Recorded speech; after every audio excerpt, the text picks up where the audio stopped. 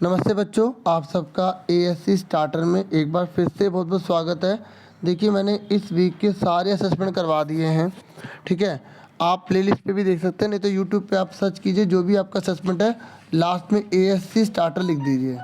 ठीक है, तो आपको आराम से वीडियो सर्च हो जाएगी, मिल जाएगी। ठीक है, अब फटाफट स्टार्ट कर देते हैं। आज का ये जो असेसमेंट है हिंदी का क्लास 8 का जो नंबर 7 है, ठीक है, 20 नवंबर का है, तो बहुत ही इजी है। तो फटाफट पढ़ लेते हैं। प्यारे बच्चों, पिछले कार्यपत्रकों में हमने कबीर की साखियाँ पाठ के अंशों को पढ़ा। अब हम उन कार्यपत्रकों के आधार पर अपना आकलन करेंगे, मतलब जानेंगे कि हमें कितना आता है। अतः निम्नलिखित साखियों को पढ़कर नीचे पूछे गए प्रश्नों के सही विकल्प के सन्मुख बने गोले को पेंसिल से भरिए और प्रत्येक प्रश्न का भार 1 अंक है, मतलब हर क्वेश्चन 1 मार्क्स का है। तो पहले ही पढ़ लेते हैं क्या बता रहा है। कबीर घास न निंदिए जो पाऊँ तली होए, मतलब जो घास है ना उसकी कभी निंदा नहीं करनी चाहिए। अगर आपके पैर के नीचे वो आ जाता है ना घास का तिनका, तो उसकी निंदा मत कीजिए। मतलब अगर कोई कमज़ोर व्यक्ति है उसको कभी भी मत चढ़ाओ। कोई पढ़ाई में भी कमज़ोर है उसको कभी कुछ मत कहो बुरा। उड़ी पड़े जब आँख में खरी दुहेली होए, और मतलब कहने का ये है कि जब वो उड़कर एक बार आँख में पड़ गया ना तो आपको बहुत दुहेली होगा, मतलब दुख होगा। ठीक है, आगे जग में बैरी कोई नहीं। जग मतलब इस संसार में बैरी मतलब दुश्मन कोई नहीं है। जो मन शीतल होए, अगर आपका मन ठंडा शीतल है ना, आप बड़े प्यार सबसे बात करते हैं, ठीक है, किसी से कोई घृणा, किसी से कोई द्वेष नहीं करते, तो यहाँ पर बोला गया आपका कोई दुश्मन नहीं है। या आपा को डारी दे दया करे सब कोय, ठीक है, और आपा को डारी कर दे। ठीक है, जो आपा मतलब होता है घमंड, क्योंकि कई लोग ना अपने घमंड में रहते हैं जिसकी वजह से फिर वो बहुत सारी मुसीबतों को झेलते हैं, तो हमें उसको बिल्कुल त्याग देना चाहिए।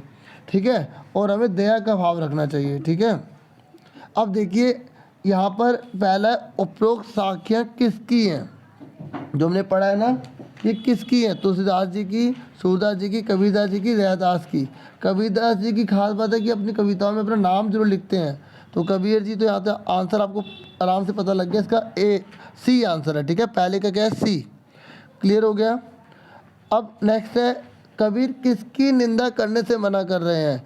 घास की, आँख की, पाँव की, इन सभी की। तो वो घास की निंदा करने के लिए कह रहे हैं कि ना करो, निंदा मत करो, निंदा करने से मना कर रहे हैं। ठीक है, और ठीक है, ये घास मतलब जो कमज़ोर लोग हैं ना, उन सबको कहा जा रहा है कि भाई आप उन लोगों को बिल्कुल भी, किसी के भी ना, आप कमज़ोर के किसी के भी आप निंदा मत करो, हमेशा अच्छे तरीके से रहो। उसके बाद नेक्स्ट है, कबीर किसकी निंदा करने से मना कर रहे हैं? ये तो मैंने आपको बता दिया है ना, घास की। उसके बाद नेक्स्ट है, दुहेली शब्द का अर्थ है। जो दुहेली है ना उसका क्या अर्थ है? उसका मतलब मैंने आपको अच्छे समझाया ना भी ऊपर, उसका मतलब है दुख। जब आप चैप्टर खोलोगे ना हिंदी की बुक का, आपको पता है हिंदी की बुक में ये चैप्टर नंबर 9 है ना, कबीर की साखियाँ, है ना, उस पर लास्ट में देखोगे ना शब्दार्थ आपको मिलेंगे, तो वहाँ से आपको सारे आंसर मिल जाएंगे।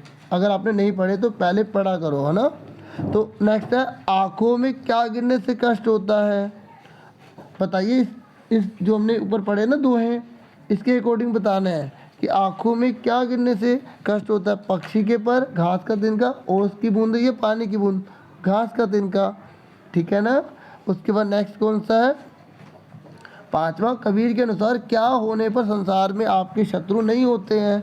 अगर आपका मन शीतल है, मतलब आपका मन शांत है, किसी के लिए कोई द्वेष नहीं है, आप हमेशा अपने आप को खुश रखते हैं, है ना।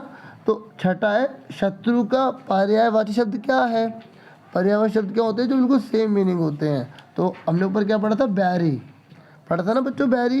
तो इसका आंसर क्या है? अ। ओके, 7वें पर आ जाइए। साखी में आपा शब्द से क्या आशय है?